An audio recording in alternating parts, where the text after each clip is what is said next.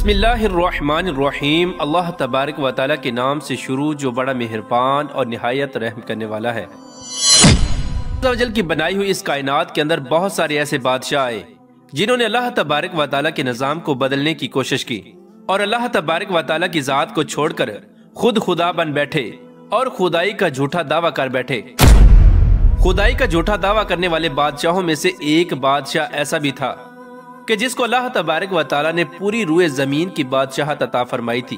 اس کے باوجود اس بادشاہ نے نہ صرف خدائی کا جھوٹا دعویٰ کیا بلکہ یہ اس قدر سرکش اور نافرمان ہو گیا کہ اللہ تبارک و تعالیٰ کی ذات کو جنگ کے لیے للکارنے لگا اور معاذ اللہ تبارک و تعالیٰ کو جنگ کرنے کے لیے کہنے لگا۔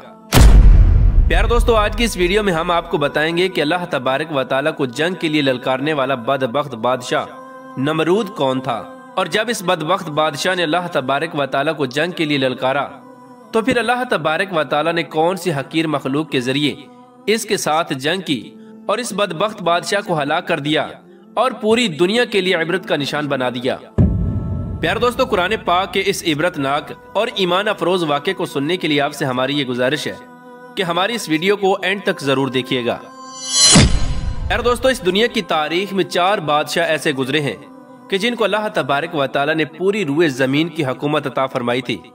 ان میں سے 2 بادشاہ مسلمان تھے اور 2 کافر۔ مسلمان بادشاہوں میں سے ایک کا نام حضرت ذوالقرنین علیہ السلام ہے اور دوسرے کا نام حضرت سلیمان علیہ السلام ہے کہ جن کو اللہ تبارک و تعالیٰ نے منصب نبوت پر فائز فرمایا تھا۔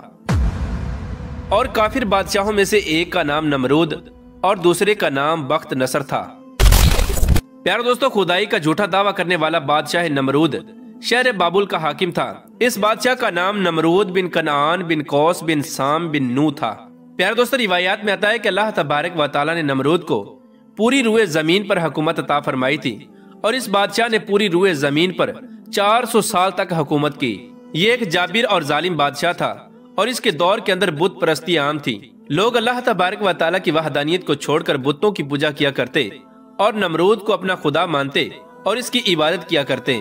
اس نمرودی دور کے اندر بت پرستی اس قدر عام تھی کہ تمام نمرودیوں نے اپنے خداؤں کے طور پر بہت سارے بت بنائے ہوئے تھے جن کی وہ لوگ پوجا کیا کرتے تھے۔ اس کے ساتھ ساتھ نمرود خود کو بھی خدا کہلواتا اور لوگوں کو اپنی پوجا کرنے کا حکم دیتا۔ اس قوم کی ہدایت کے لیے اللہ تبارک و تعالیٰ نے اپنے پیارے پیغمبر حضرت ابراہیم علیہ السلام کو مبعوث فرمایا۔ کفر و شرک اور بت پرستی کے اس دور کے اندر حضرت ابراہیم علیہ السلام وہ واحد شخص تھے جو اللہ تبارک و تعالیٰ کی وحدانیت پر ایمان رکھتے تھے اور بتوں کی بجائے اللہ تبارک و تعالیٰ کی عبادت کیا کرتے تھے۔ حضرت ابراہیم علیہ السلام نے جب اس قوم کو اللہ تبارک و تعالیٰ کی ذات کو چھوڑ کر بتوں کی پوجا کرتے ہوئے دیکھا تو حضرت ابراہیم علیہ السلام نے اس قوم کو ہدایت کی طرف بلایا اور بتوں کی پوجا کرنے کی بجائے اللہ تبارک و تعالیٰ کی عبادت کرنے کا حکم دیا۔ حضرت ابراہیم علیہ السلام نے اپنی قوم سے فرمایا کہ اللہ تبارک و تعالیٰ کی ذات ایک ہے اور ہمیں اسی کی عبادت کرنی چاہیے، لیکن یہ نمرودی قوم اپنے کفر و شرک سے باز نہ آئی اور اسی طرح بتوں کی پوجا کرتی رہی۔ ایک دن حضرت ابراہیم علیہ السلام نے اس قوم کے جھوٹے خداؤں کو اس قوم کے سامنے جھوٹا ثابت کرنے کا ارادہ کیا اور حضرت ابراہیم علیہ السلام اس مقام پر تشریف لے گئے جہاں ان کے وہ تمام بت پڑے ہوئے تھے کہ جن کی یہ لوگ پوجا کیا کرتے تھے۔ حضرت ابراہیم علیہ السلام جب اس قوم کے بت خانے میں پہنچے تو وہاں ان کے تمام بڑے بت پڑے ہوئے تھے۔ حضرت ابراہیم علیہ السلام نے ان کے تمام بتوں کو توڑ دیا اور تمام بتوں کو توڑنے کا الزام ان کے بڑے بت پر لگا دیا۔ اس کے بعد جب تمام نمرودی اپنے بت خانے میں واپس آئے تو انہوں نے اپنے بتوں کو ٹوٹا ہوا دیکھا۔ نمرودی قوم اس بات کو اچھی طرح جانتی تھی کہ ہمارے اندر صرف حضرت ابراہیم علیہ السلام ہی وہ واحد شخص ہیں جو بتوں کے خلاف باتیں کرتے ہیں اور بتوں کی بجائے اللہ تبارک و تعالیٰ کی عبادت کرنے کا حکم دیتے ہیں۔ لہٰذا جب نمرودیوں نے اپنے خداؤں کو ٹوٹا ہوا دیکھا تو وہ سمجھ گئے کہ یہ کام حضرت ابراہیم علیہ السلام کا ہے۔ چنانچہ تمام نمرودیوں نے حضرت ابراہیم علیہ السلام سے بدلہ لینے کے لیے حضرت ابراہیم علیہ السلام کو قتل کرنے کا منصوبہ بنا لیا۔ چنانچہ تمام نمرودی نمرود کے دربار میں حاضر ہوئے اور نمرود کو سارا واقعہ سنایا اور نمرود سے حضرت ابراہیم علیہ السلام کو سزا دینے کا کہا۔ اس طرح نمرود نے جب یہ بات سنی تو وہ آگ بگولا ہو گیا اور اس نے ایک مقام پر آگ جلانے کا حکم دیا۔ نمرود نے یہ حکم جاری کیا کہ ایک وسیع میدان کے اندر آگ جلائی جائے اور اس کے اندر حضرت ابراہیم علیہ السلام کو ڈال دیا جائے۔ چنانچہ نمرود کے حکم کے مطابق ایسا ہی کیا گیا۔ دور دراز سے بہت ساری لکڑیوں کو اکٹھا کیا گیا اور ایک وسیع میدان کے اندر جمع کیا گیا اور ان کے اندر آگ جلا دی گئی۔ حضرت ابراہیم علیہ السلام کو سزا دینے کے لیے جو آگ جلائی گئی تھی وہ اس قدر زیادہ تھی کہ اس کے شعلے آسمانوں کو چھو رہے تھے۔ پیارے دوستو، جب نمرود کے حکم کے مطابق ایک وسیع میدان کے اندر آگ کو جلا دیا گیا تو اس کے بعد حضرت ابراہیم علیہ السلام کو اس آگ کے اندر ڈال دیا گیا۔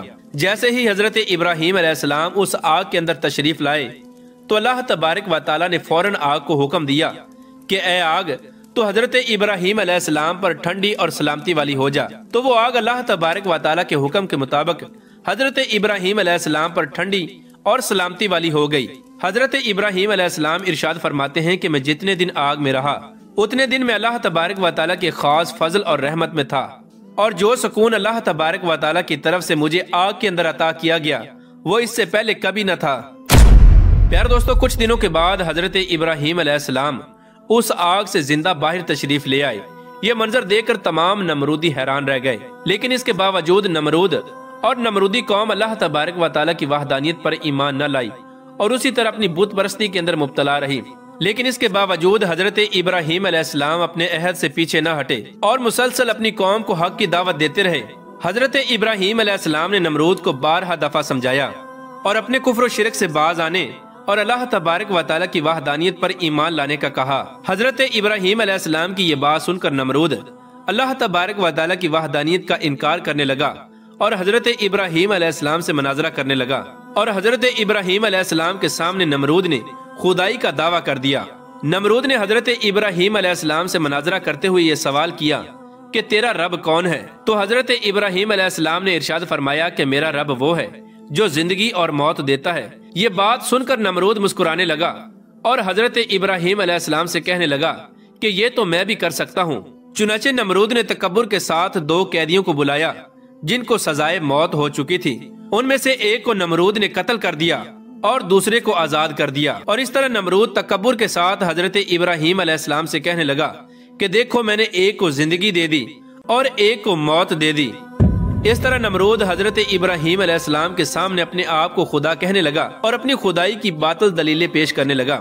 اس کے بعد نمرود پھر حضرت ابراہیم علیہ السلام سے پوچھنے لگا کہ حقیقی خدا تو میں ہوں، بتا تیرا خدا کون ہے؟ اس کے بعد حضرت ابراہیم علیہ السلام نے نمرود کو اس کی عقل کے مطابق جواب دیا کہ میرا رب وہ ہے جو سورج کو مشرق سے طلوع کرتا ہے اور مغرب میں غروب کرتا ہے۔ اگر تو سچا خدا ہے تو سورج کو مغرب سے طلوع کر کے دکھا۔ چنانچہ جب نمرود نے حضرت ابراہیم علیہ السلام کی یہ بات سنی تو اس کا رنگ اڑ گیا اور وہ لاجواب ہو گیا، اور اس طرح نمرود لاجواب ہو کر اپنی پوری قوم کے اندر ذلیل و رسوا ہو گیا۔ پیارے دوستو، اس کے بعد بھی کئی مرتبہ حضرت ابراہیم علیہ السلام نے نمرود کو اللہ تبارک و تعالیٰ کی وحدانیت کی طرف بلایا، لیکن نمرود اپنی سرکشی سے باز نہ آیا اور اسی طرح کفر و شرک کے اندر مبتلا رہا۔ چنانچہ حضرت ابراہیم علیہ السلام کے بار بار دعوت حق دینے سے نمرود تنگ آ گیا، اور بلاخر تنگ آ کر نمرود حضرت ابراہیم علیہ السلام سے کہنے لگا کہ اگر تیرا خدا سچا ہے تو اس کو بول کہ اپنی فوج بھیجے اور میرے ساتھ جنگ کرے۔ چنانچہ جیسے ہی نمرود نے حضرت ابراہیم علیہ السلام کے سامنے یہ بکواس کی تو فوراً حضرت جبرائیل علیہ السلام حضرت ابراہیم علیہ السلام کی بارگاہ میں حاضر ہوئے اور حضرت ابراہیم علیہ السلام سے کہنے لگے کہ اللہ تبارک و تعالیٰ کا لشکر جنگ کے لیے تیار ہے۔ حضرت جبرائیل علیہ السلام کی یہ بات سن کر حضرت ابراہیم علیہ السلام نمرود سے یہ کہنے لگے کہ اللہ تبارک و تعالیٰ کا لشکر جنگ کے لیے تیار ہے۔ چنانچہ حضرت ابراہیم علیہ السلام کی یہ بات سن کر نمرود حضرت ابراہیم علیہ السلام سے کہنے لگا کہ مجھے 3 دن کی مہلت دی جائے تاکہ میں اپنی جنگ کی تیاری کر سکوں۔ چنانچہ نمرود کو 3 دن کی مہلت دے دی گئی۔ پیارے دوستو، چونکہ نمرود کی حکومت پوری دنیا پر تھی، ان 3 دنوں کے دوران نمرود نے پوری دنیا کے بڑے بڑے جنگجوؤں کو اکٹھا کیا اور بہت سارے ہتھیاروں کو جنگ کے لیے تیار کیا۔ اس طرح جب نمرود نے 3 دن کے اندر اندر اپنی تمام تیاری مکمل کر لی، اس کے بعد نمرود حضرت ابراہیم علیہ السلام کو تکبر کے ساتھ للکار کر کہنے لگا کہ ہماری فوج جنگ کے لیے تیار ہے، اپنے رب سے کہو کہ اپنی فوج کو بھیجے اور ہمارے ساتھ جنگ کرے۔ نمرود کی یہ بات سن کر حضرت ابراہیم علیہ السلام نے اللہ تبارک و تعالیٰ کی بارگاہ میں دعا کی تو اللہ تبارک و تعالیٰ نے مچھروں کی ایک فوج کو بھیجا۔ ان مچھروں کی تعداد اس قدر زیادہ تھی کہ وہ مچھر پورے آسمان پر پھیل گئے۔ اللہ تبارک و تعالیٰ نے ان مچھروں کو نمرودی فوج پر مسلط کر دیا۔ یہ مچھر اللہ تبارک و تعالیٰ کے حکم سے دیکھتے ہی دیکھتے نمرودی فوج کا گوشت کھا گئے اور ان کا خون پی گئے۔ اس وقت تمام نمرودی فوج کی ہڈیاں ہی ہڈیاں باقی رہ گئیں۔ چنانچہ اس دردناک منظر کو دیکھ کر نمرود اپنے محل کی طرف دوڑا اور اپنی بیوی کے کمرے کے اندر چھپ گیا۔ اسی دوران اللہ تبارک و تعالیٰ کے حکم سے ایک لنگڑا مچھر نمرود کے گھر میں داخل ہوا۔ نمرود نے جب اس مچھر کو دیکھا تو اپنی بیوی سے کہنے لگا کہ یہ ہے وہ مخلوق کہ جس نے ہماری فوج کو ہلاک کر دیا ہے۔ چنانچہ اسی گفتگو کے دوران وہ لنگڑا مچھر اللہ تبارک و تعالیٰ کے حکم سے نمرود کی ناک میں داخل ہو گیا اور وہ لنگڑا مچھر نمرود کے دماغ کو چاٹنے لگا۔ جب وہ مچھر نمرود کے دماغ کو چاٹتا تو اس سے نمرود کو اس قدر تکلیف ہوتی کہ نمرود اپنے سر کو دیواروں پر مارنے لگ جاتا۔ اس طرح اللہ تبارک و تعالیٰ کے حکم سے وہ لنگڑا مچھر نمرود کے دماغ میں کئی دنوں تک رہا۔ اس وقت نمرود نے اپنے محل کے اندر یہ حکم جاری کر دیا کہ جو بھی میرے محل کے اندر داخل ہو وہ پہلے نمرود کے سر پر جوتے مارے۔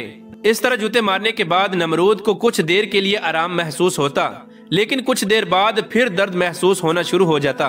اس طرح اللہ تبارک و تعالیٰ نے نمرود کو ایک حقیر اور لنگڑے مچھر کے ذریعے سزا دی۔ نمرود اپنے سر کو سلاخوں کے ساتھ پیٹتا رہتا، یہاں تک کہ اللہ تبارک و تعالیٰ نے اس کو دردناک موت عطا فرمائی اور یہ اپنے سر کو دیواروں پر مارتا مارتا ہلاک ہو گیا۔ وہ نمرود جو پوری دنیا پر حکومت کرنے والا بادشاہ تھا، اور وہ نمرود جو اللہ تبارک و تعالیٰ کو تکبر کے ساتھ جنگ کے لیے للکار رہا تھا، اس نمرود کو اللہ تبارک و تعالیٰ نے ایک حقیر اور لنگڑے مچھر کے ہاتھوں ہلاک کروایا اور پوری دنیا کے لیے عبرت کا نشان بنا کے رکھ دیا۔ بے شک اللہ تبارک و تعالیٰ ہر چیز پر قادر ہے۔